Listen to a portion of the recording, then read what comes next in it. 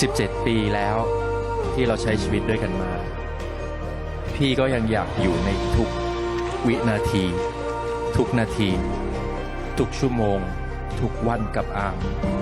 อยากให้มันเกิดขึ้นซ้ำแล้วซ้ำอีกหมุนวนไปเรื่อยๆเพราะพี่เชื่อเหลือเกินว่านี่ไม่ใช่ครั้งแรกที่เราได้มาเจอกันเราต้องเคยรักกันมาแล้วในทุกๆจักรวาลที่มันหมุนเวียนไปครั้งนี้ก็คือแค่อีกครั้งหนึ่งที่เราได้กลับมารักกันได้กลับมาแต่งงานกันได้กลับมาร่วมชีวิตกันแบบนี้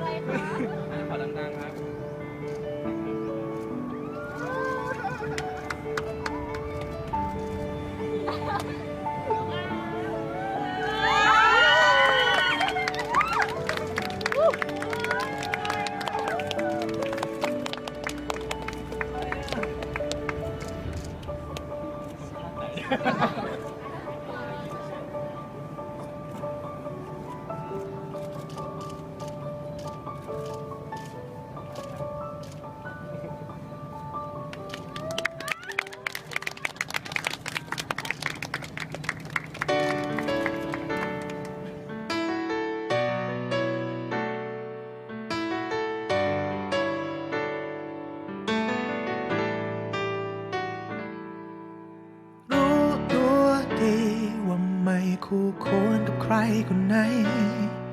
ไม่ใช่คนที่ดีสักเท่าไรไม่เป็นที่ต้องการและเธอก็เข้าม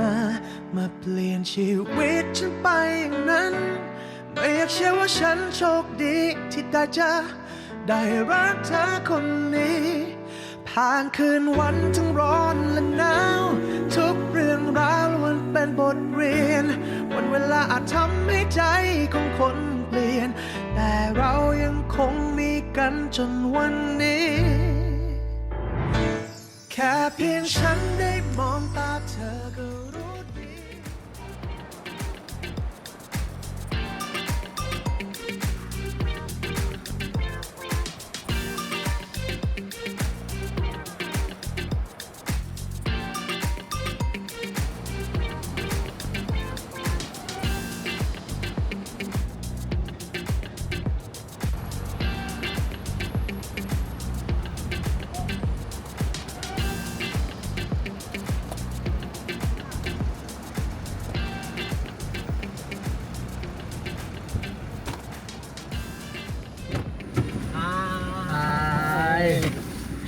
ไปโอ้ยคิดถึงจัง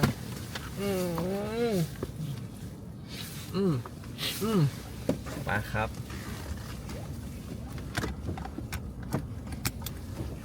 เฮ้ยเหนื่อยไหมไม่เหนื่อยไปไหนดีกินอะไรไหมไปกินที่บ้านไหม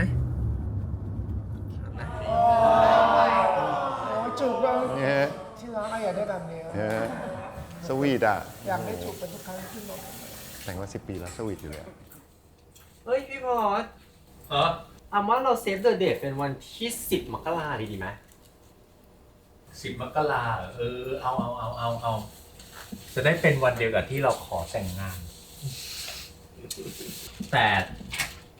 เราจะไม่รอราชกิจจานุเบกษาประกาศใช่ปะถ้าเอาวันที่10อ่ะคือถ้าลงว่าแต่งวันที่10ปึ้งก็คือวันนี้วันที่เท่าไหร่อ่ะ10 กันยา10 กันยาเหรอกันยาตุลาพฤศจิกาธันวามกรานี่ไงก็4 เดือนพอดี4 เดือน120 วันถ้าสมมุติว่าวันนี้ราชกิจจานุเบกษาประกาศ นี่ไง ก็คือจดทะเบียนกันได้วันที่ 10 มกราคมพอดี ถูกต้องเราสามารถมีงานแต่งงานแล้วก็จดทะเบียนวันนั้นได้เลยเป๊ะ กี่โมงแล้วฮัลโหล ทำไมอ่ะ เขาจะประกาศไหมเขาไม่ประกาศแล้วนี่มันกี่โมงแล้ว เอาไงอ่ะ ก็คือหมายประหลาดถ้าจดวันหนึ่งแต่งก่อนแล้วค่อยจดวันไหนที่เขาให้จดได้เราค่อยไปจด พี่ไม่หมายนะ เอาจริงๆอ่ะลองมาเป็น10 ปีแล้วอ่ะ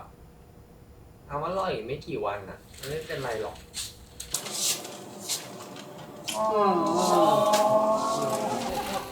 โอ้ยสวีทตลอด ขอแต่งมาตั้ง10 ปีแล้วแค่อีกไม่กี่วัน ได้แต่งงานกันจริงๆแล้ว ได้แต่งงานกันต่ำไปเลย เขาโคมไฟ ไปโคมไฟ แล้วดับไฟ ลูกข้างหลังแล้วเด็กมากเลยอ่ะ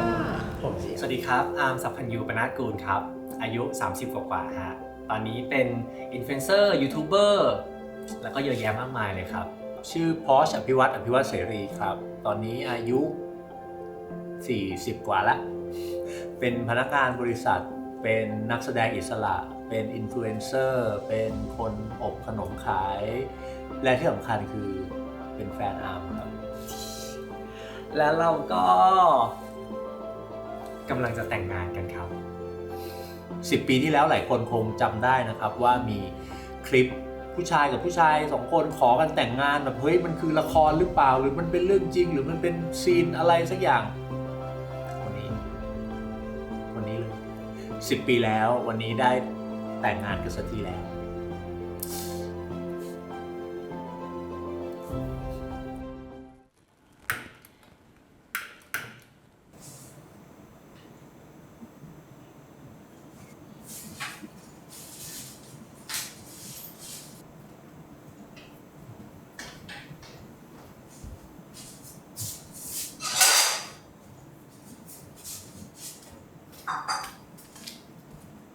ทำอะไรอ่ะ ทำกับข้าวเบรกฟาสต์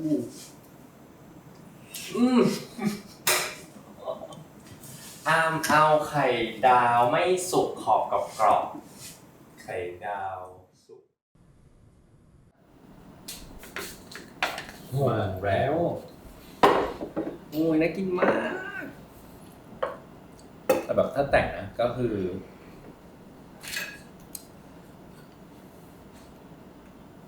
เป็นแบบทะเลอะไรเงี้ยซันเซ็ตตอนสวนแหวนอะไรเงี้ยต้องแบบต้องดีอ่ะ นอกแค่ครับมันก็ได้ไม่กี่คนเองอะดิ แขกต้องฟินอ่ะเพราะว่าโรแมนติกซีนเธอมันต้องแบบหวานแล้ว ไม่ แบบ เอาแบบในแบบโบราณแบบแฟรี่เทลหน่อยอะไรหน่อยอะไรอย่างเงี้ยหรอ แฟรี่เทลก็คือต้องเป็นริมทะเลไงในหรือแบบ เรียกว่าอะไรอะป่าเอาหัว ไม่เอา เป็นป่าเป็นอะไรอย่างเงี้ยไม่ใช่ป่าเขาเรียกว่าอะไรวะ บ้า ไม่ป่าเขาเรียกว่าอะไรป่าสนที่เป็นแบบแล้วนั่งนึกภาพแขกนั่งอยู่ในแบบต้นไม้แล้วแบบจัดแบบ ไม่แต่อย่างนั้นมันได้แค่แบบไม่กี่คนเองปะ ก็ญาติกับเพื่อนเนี่ยก็เท่าไหร่200อะไรอย่างเงี้ย บ้าเกิน คือมันเป็นไปไม่ได้เลยเว้ยหลิงที่แบบมึงจะเชิญแขกมาแบบแค่250 300แบบมันเป็นไม่ได้อ่ะ เป็นไม่ได้ทะเลแล้วก็เอาดอเขามีรูฟท็อปอะไรแบบมีรูฟท็อปไม่ผ่านพี่ว่าทะเลแล้วก็อาป่าเขาอะไรเงี้ยไม่จริงๆครั้งเดียวมันควรจะแบบสิ่งที่เราแบบทำก็ชอบไหมครับ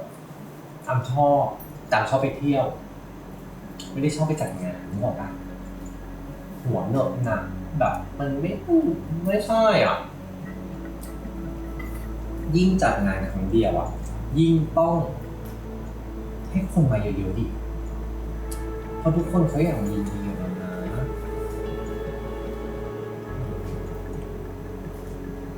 เอาว่าจากกรุงเทพโรงแรมจบง่ายแฮปปี้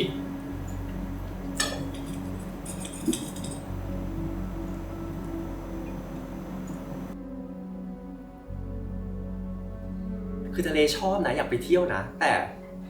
มันไม่ใช่สำหรับจัดงานแต่งงานอะทะเลอะมันสวย แต่มันได้คนนิดเดียวเองอะครับ เพราะฉะนั้นแบบเพื่อนก็เยอะญาติก็เยอะโหแขกเยอะแน่นอนไปจัดทะเลไม่ได้หรอก อาร์มมนุษย์เพื่อนเยอะ ไม่พี่ผมมองว่าการแต่งงานมันคือแบบเราควรโฟกัสตัวเราอะเราแบบบางทีเราไปคิดถึงคนอื่นเยอะๆมากๆมันก็ไม่ใช่จัดปาร์ตี้อะมันคืองานแต่งงาน เหมือนยูเลย ใช่ ผมเข้าใจพี่พอ เหมือนยู แต่พาร์ทปาร์ ทุก ตี้ก็ คู่มันจะมีคู่หนึ่งเสมอที่อยากจัดเล็กๆอ่ะ ใช่ แต่อีกคนคือมีเฟรนด์เยอะมาก ถูก จริงๆอยากจัดอีเวนต์อยากจัดอีเวนต์ คือเขาบอกว่า แต่แฟนอยากอยู่ทะเล สิ่งที่พิสูจน์ relationship เนี่ยนอกจากอะไรนะ งานแต่ง การไปเที่ยว ใช่ไหมคะ งานต่างแล้วก็ไปทริป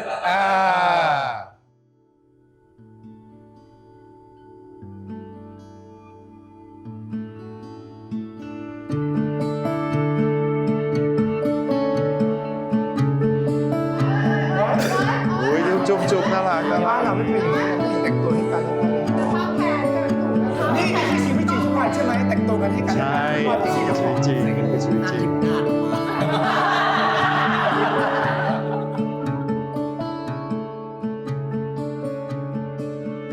ดีซีเควนต์ดีมีแบบพงเพลงอะไรดี อย่างนึกว่าแบบต้องนี้ต้องแบบอยากกลับบ้านแล้ว เนาะมีกิจกรรมมีอะไรให้ทำนะดี ตามภาษาอินโทรเวิร์ดกลัวอยากกลับบ้าน มีคนถามด้วยว่าถามเยอะด้วยว่างานแต่งเราจะจัดที่ไหน หึ ใช่ อันนี้ตอบไปว่าไง ก็บอกเราจะจัดที่ทะเลต่างจังหวัดอะไรเงี้ยแล้วก็ แล้วไงต่อ หรือไม่ก็แบบภูเขาอะไรเงี้ยถ้าจะทะเลอะไรก็บอกเขาก็แบบอุ้ยสวย เดี๋ยวนะ ไปตอบเขากันได้ไงอ่ะ ทำไมอ่ะไม่อยาก เรา ให้ ยังไม่ สปอ คุยกัน อะไร เล งี้ ย ไม่เมื่อบ่ายอ่ะที่คุยกันอ่ะ ยังไม่เคลียร์เลยนะแล้วนี่ไปตอบอย่างนั้นได้ยังไงอ่ะ อยากถามว่าการแต่งงานอ่ะ นี่คือเราแต่งกับเราหรือเราแต่งกับคนอื่น ลิงเข้าใจงานแต่งงานแต่งกัน2 คน แต่มันก็มีคนอื่นที่เขาอยากจะมาเขาเรียกอะไรมาเรียกมาร่วมยินดีอ่ะนึกออกปะ ถ้าไปต่างจังหวัดก็คือไม่มีใครไปร่วมยินดีได้เขาก็ไปกัน ไปได้แต่ต่างจังหวัดอ่ะมันพื้นที่มันก็จำกัดไปก็ยากมันไม่สะดวกเลยลิง คือไป ค จัด นเยอะอะเพื่อนเยอะแขกเยอะญาติเยอะอ่ะมันแบบมันไม่ได้เปล่า มันไม่ได้ไงไปจัดงานต่างจังหวัดมันไม่ได้ไปจัดงานดาวอังคารแต่งภูเก็ตแต่งหัวหินอย่างเงี้ยเขาก็ไปต่างจังหวัดกันอยู่เป็นปกติแล้วป่ะคือเมื่อเช้าก็พูดแล้วว่า มันคืองานที่เราแบบอยากเป็นความทรงจำที่เราจะได้จำมัน ที่เราจะได้แบบดูรูปแล้วมันนั่งยิ้มกับมัน แต่ไม่ใช่แบบจัดเพื่อแบบเพื่อคนอื่นอ่ะ ไม่มันไม่ใช่จัดเพื่อคนอื่นอ่ะนึกออกปะมันจัดเพื่อตัวเราแหละ แต่มันแค่ว่าคนอื่นอ่ะเขาอยากมาร่วมแสดงความยินดีกับเราแค่นั้นเอง เชื่ออันเถอะจัดที่กรุงเทพเราคนเยอะๆ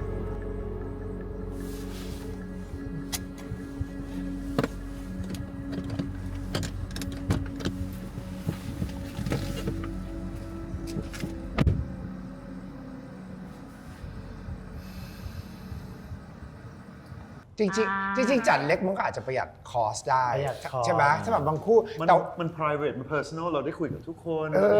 แต่เราก็อยากเจอหลายๆคนเพราะว่าสุดท้ายแล้วเดี๋ยวถ้าเราจัดกันเองแล้วคนก็จะตั้งคำถามว่าเอ้าทำไมฉันไม่ถูกเชิญ ใช่ ถ้ามีแค่100 คนไปงานเราอ่ะ เราคิดว่าเรามีเพื่อนแค่100 คนเหรอตอนเนี้ย เปล่าหรอกแต่ว่ามันมอง2 แบบ คือด้วยความแฟนเขาคนหนึงเป็น introvert และ extrovert อย่างเตยแก้ปัญหาจัด2 วัน ถ้าเตยจะจัดเตยจัด2 วัน วันแรกคือให้แฟนอยากเป็น family สามารถเดินทักทายแขกในงานได้ ส่วนอีกฝั่งหนึ่งคืออยากปาร์ตี้ก็เลยจำเป็นต้องจัด2 วันแต่ก็เข้าข้างใครไม่ได้เลยเครียดเหมือนกันนี่คือ ทั้งหมด2 วันก็นอนข้าวนะ ตอนเช้าอ่ะก็ให้เป็นแฟมิลี่แล้วก็ตอนกลางคืนก็ปาร์ตี้ไปเลย หรือไม่ก็จัดคนละเดือนก็ได้นะหมายถึงว่า ไม่หนีไปเลยหนีไปเมืองนอกเลย ใช่แล้วก็ให้ คนไม่ ไป สามารถด่าเราได้ว่าทำไมไม่บินขึ้นไป ชวนแล้ว ชวนแล้ว ใช่ เองนี่ ใช่ไปโคโลกใต้อย่างนี้ใช่ไหม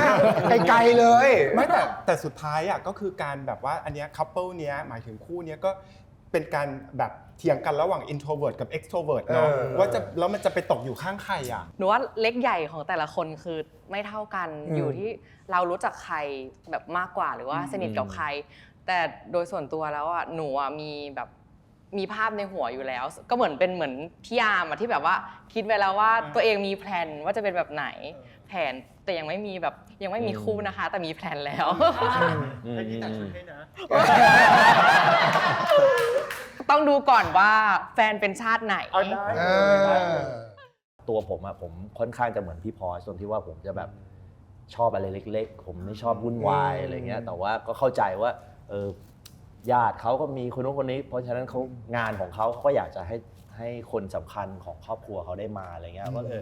ต้องมานั่งแบบลิสต์กันนะครับว่าแล้วก็ตัดคนอะไรเงี้ย ส่วนตัวชอบงานที่เล็กพอที่เราจะได้คุยกับทุกคนเราได้ดูแลแขกจริงๆแต่ว่าพอในความเป็นจริงแล้วเราก็รู้ว่าเฮ้ยมันมากกว่าแค่เรา2 คนมันมากกว่ากลุ่มนั้นเราจะต้องยิ่งของพอดอาร์มอย่างเงี้ยมันเป็นเรื่องของมันเป็นการเฉลิมฉลองที่ยิ่งใหญ่มันเป็นกฎหมายใหม่ที่เพิ่งผ่านที่มันเป็นอะไรที่ใหม่เลยอ่ะก็เข้าใจฝั่งอาร์มนิดนึงแต่ชอบอะไรที่แบบเล็กๆมากกว่าจะเข้าใจพี่พอสฟังพี่พอสแล้วแบบว่าเข้าใจเลยพี่งั้นอยู่ไปแต่งกับพอสอะไรแต่งกับไม่ได้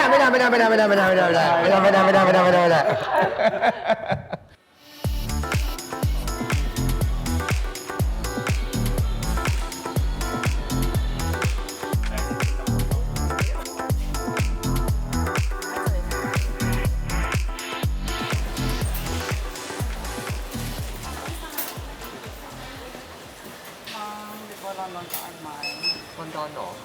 ไม่ได้ไปแล้วว่าต้องเตรียมงานเนี่ยสรุปคือล็อกวันแล้ว yes save the date ไว้เลย10 มกราออกสื่อไปสักขนาดนั้นละ เราให้ฉันเซฟเดทยังนะเซฟเลยจ้ะแต่ว่านี่เหลือเท่าไหร่อ่ะ3 เดือนกว่าตั้ง3 เดือนเนี่ยงานถึงไหนแล้วนะ ของฉันเนี่ยเตรียมเกือบปีเนาะบ้า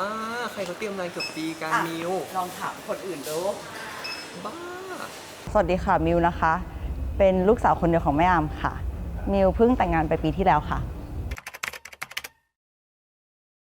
คือมิวจัดงานวันศุกร์แล้วก็มันเหมือนเป็นศุกร์มหันตภัยนิดนึงเพราะรถติดมากก็รู้สึกว่าถ้าสมมุติว่ามิวไม่จัดงานวันนั้นเพื่อนๆอาจจะไม่ต้องรถติดมางานมิวอยู่บนถนน 2-3 ชั่วโมงอะไรอย่างเงี้ยเพื่อที่จะมางานเราก็รู้สึกว่าเราสร้างความลำบากให้เขาเขาน่าจะแบบง่ายกว่านี้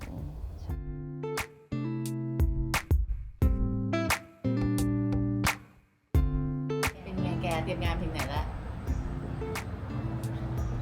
ทำไมดูเครียดจ๊ะมีอะไรหรือเปล่าตีกันกา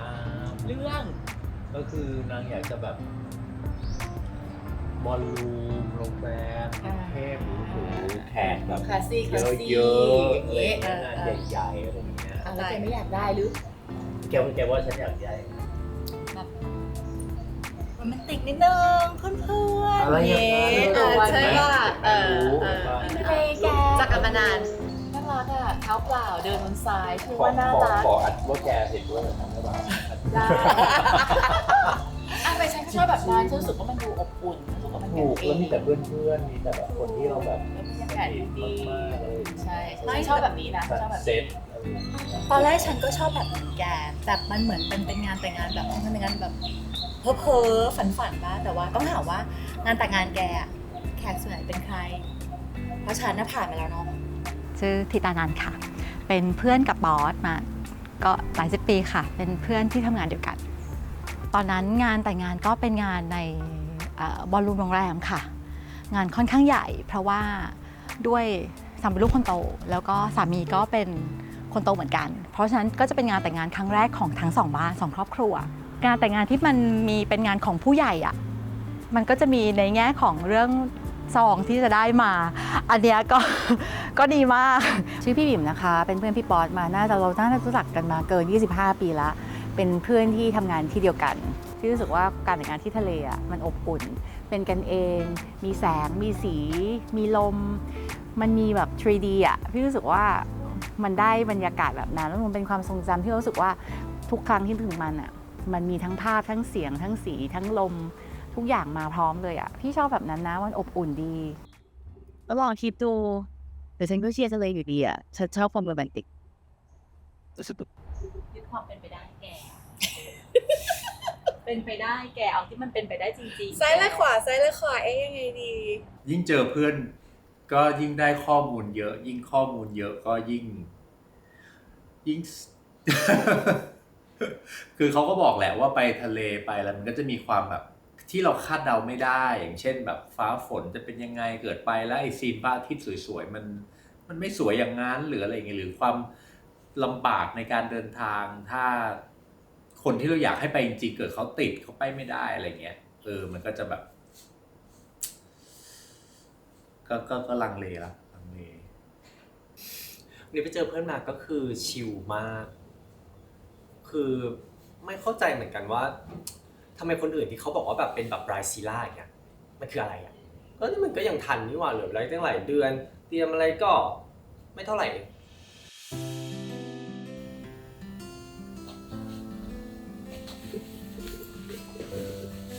มาอะไรอ่ะ ราโชมอนอยากให้เขามาทำแบบมิวสิคัลนะชอบนะสนุกดีแบบ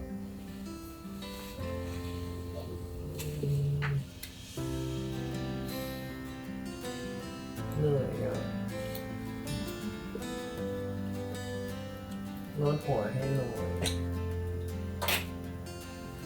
มีทิปป่ะเร็วๆ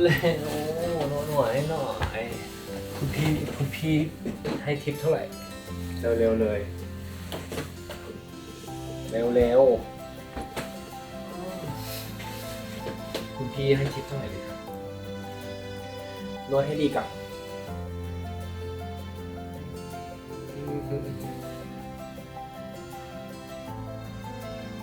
คุณพี่อยากได้เป็นแบบราชสำนักหรือว่านวดเฉลยศักดิ์นวดดีๆนวดแบบไหนก็นวดมาเธอไทยทอยโอ้ยดีอ่ะโอ้มันเป็นทำให้ผ่อนคลาย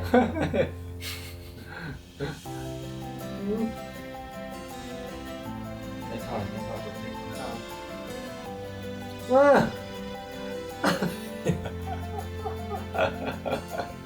โอ้ยดีจัง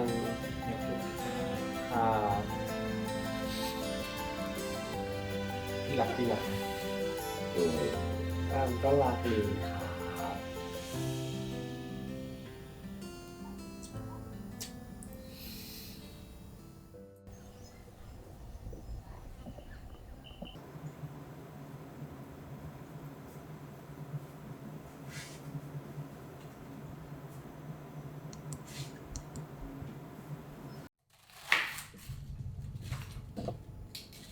อาร์มเรื่องแต่งเรื่องงานตัดสินใจแล้วนะจัดกรุงเทพก็ได้จริงเหรออย่างนั้นจัดกรุงเทพ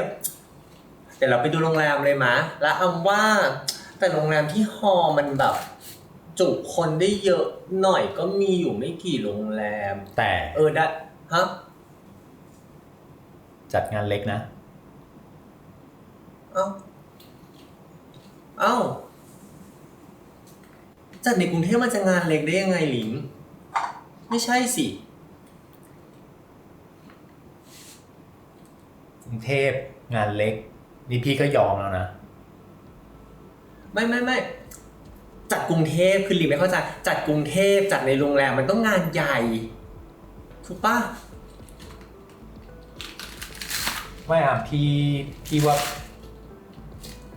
ก็พยายามทำความเข้าใจแล้วนะก็คือพยายามครึ่งทางแล้วนะกรุงเทพพี่เข้าใจว่ามันสะดวกอย่างที่ว่าลิงเดี๋ยวก่อนลิงไม่เข้าใจพี่เข้าใจจัดกรุงเทพจัดในโรงแรมงานมันก็ต้องใหญ่แขกก็ต้องเยอะไงถูกไหมแขกเยอะแต่ก็รู้ใช่ป่ะพี่อยากได้แขกที่แบบสนิทจริงๆที่จะเชิญทุกคนสนิทก็คือเจอกันครึ่งทางแล้วไงทุกคนสนิทหมดเลยไม่อ่ะพี่ว่าเราต้องเข้าใจกันแหละไม่ใช่แต่หลิงไม่เข้าใจไงพี่เข้าใจอาร์มไม่เข้าใจพี่อะไรวะไม่เข้าใจอ่ะ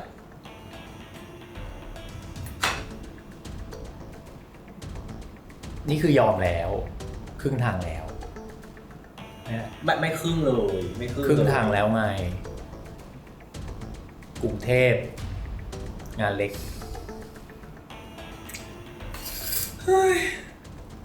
อะไรวะนี้อ่ะไม่ทำไมต้องหงุดหงิดไม่ยังไม่ได้หงุดหงิดอะไรแต่แบบคือลิงไม่เข้าใจไงจัดกรุงเทพจัดในโรงแรมจัดในห้องบอลรูมนึกออกปะแขกมันจะน้อยได้ยังไงอ่ะก็ไม่ต้องบอลรูมก็ไม่ต้องบอลรูมมันมีห้องที่มัน200-300อะไรอย่างงี้ก็ได้แต่คือก็ยอมแล้วกรุงเทพก็กรุงเทพคือแบบว่าคอน FLICT ในการจัดงานแต่งงานเนี่ยนอกจากสถานที่แล้วยังคือแบบจำนวนแขกอีกนะใช่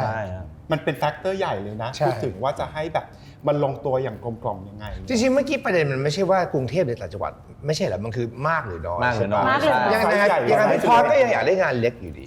ใช่ป่ะคือตอนแรกพี่พออยากได้ต่างจังหวัดไงอยากได้แบบเป็น destination ไม่ถือว่าต่างจังหวัดมันให้ข้ออ้างในการไม่ต้องเชิญคนทุกคนก็ได้ไม่หรือเชิญไปเขาก็อาจจะไม่ไปใช่แปลว่าความเจ็บปวดของคู่รักอยู่อย่างหนึ่งคืออะไรรู้ไหมขอพูดคำว่าเจ็บปวดเลยคือคำว่าครึ่งทางแล้วครึ่งทางแต่ละคนไม่เท่ากันจริงครึ่งทางแต่ละคนไม่เท่ากันจริงๆนะอีกคนหนึ่งครึ่งทางคือยอมมากรุงเทพแล้วแต่อีกคนครึ่งทางเขาคือขอจัดคนเยอะชวนใครก็ได้คืออันเนี้ยไม่มีคำตอบหนูว่าพี่อาจจะกลัวเรื่องการตกหล่นในการชวนคนแบบมีความเป็นห่วงอีกเพื่อนๆอีกหลายๆคนที่เรารู้จักอะค่ะที่แบบถ้าไม่ได้เชิญมาแล้วเขาแบบจะรู้สึกยังไงมันก็เป็นความพอใจของแต่ละคู่แต่คราวนี้คู่นี้คือมันไม่ได้คิดเหมือนกันแล้วมันคิดต่างกันแต่สำหรับเราเนี่ยเราเคาะไปเลยว่าเมื่อเราเคยจัดงานเล็กแล้วเราจบแล้วแต่ครั้งเนี้ยเราจะจัดเพื่อเฉลิมฉลองกับทั้งครอบครัวเพราะครั้งที่แล้วไม่ได้ชวนพ่อแม่ไปนะเราก็ต้องคิดถึงผู้ใหญ่ครอบครัวเราด้วยเพราะว่ามันไม่ใช่แต่งกันเอง2คนแต่ว่าคนที่อยากจะยินดีกับเราก็คือคนที่ให้กำเนิดเราหรือว่าครอบครัวที่โตกันมาด้วยกันดังนั้นผมคิดว่าอย่างน้อยควรจะถ้าเราแฮปปี้กับครอบครัวควรจะมีเขามาเกี่ยวข้องด้วยเรารักทั้งคู่นะแต่เราว่าป๊อตยอมใช่มาดูศพพี่พอตไม่ยอมนี่คือเราจะแทงเงินกันมีทั้งคู่เนี่ยแทงยอมจัดงานเยอะพี่พอยอมอยู่แล้วยอมแน่นอนถ้ายอมมันต้องมีซับคอนดิชันที่เราไม่รู้แน่ๆเลยคิดว่าดูต่อค่ะดูต่อเป็นไงแต่งดีเลยลูกก็มีแบบคุยกันก็เลยแหละไม่ได้ทะเลาะกันแต่เถียงกันแต่ที่ไม่เครียดอย่าเริ่มเครียดแล้วนะเนี่ยฉันอาจจะว่าเธออาจจะใจเย็นไปหน่อยตอนนี้คือมันช้ามากแล้วดีใจที่แบบได้แต่งโมเดล3 2 1ลูกครับ3 2ก็พยายามซัพพอร์ตนะแต่แบบโอนเกี่ยวพูดก็ได้เดี๋ยวชวนมางานแต่งงานด้วยนะคู่รักที่แบบเป็นเพศทางเลือกเมื่อก่อนก็เรียกแต่ว่าเพศทางเลือกตอนนี้มันเยอะแยะมากมายแล้วก็ความที่ไม่ได้รับการยอมรับความไม่ได้เท่าเทียมในสังคมของข้อกฎหมายการใช้ชีวิตมันเหมือนเป็นพลเมืองชั้น2สิทธิใดๆไม่ได้เลยปู่กับย่าเจอเองก็คือในเรื่องของการดูแลคุณปู่เมื่อป่วยนะคะหลังจากนั้นก็เลยได้เข้าใจว่ามันมีความจำเป็นมากๆสำหรับคือไม่ใช่เฉพาะเพศทางเลือกสำหรับมนุษย์ทุกคู่ทุกคนในความเท่าเทียมไม่อยากเชื่อว่าฉันโชคดีที่ได้รักเธอคนนี้แผ ผ่านคืนวันทั้งร้อนและหนาวทุกเรื่องราวมันเป็นบทเรียนวันเวลาอาจทำให้ใจของคนเปลี่ยนแต่เรายังคงมีกันจนวันนี้ แค่เพียงฉันได้มองตาเธอก็รู้ดีว่าชีวิตของฉันจะ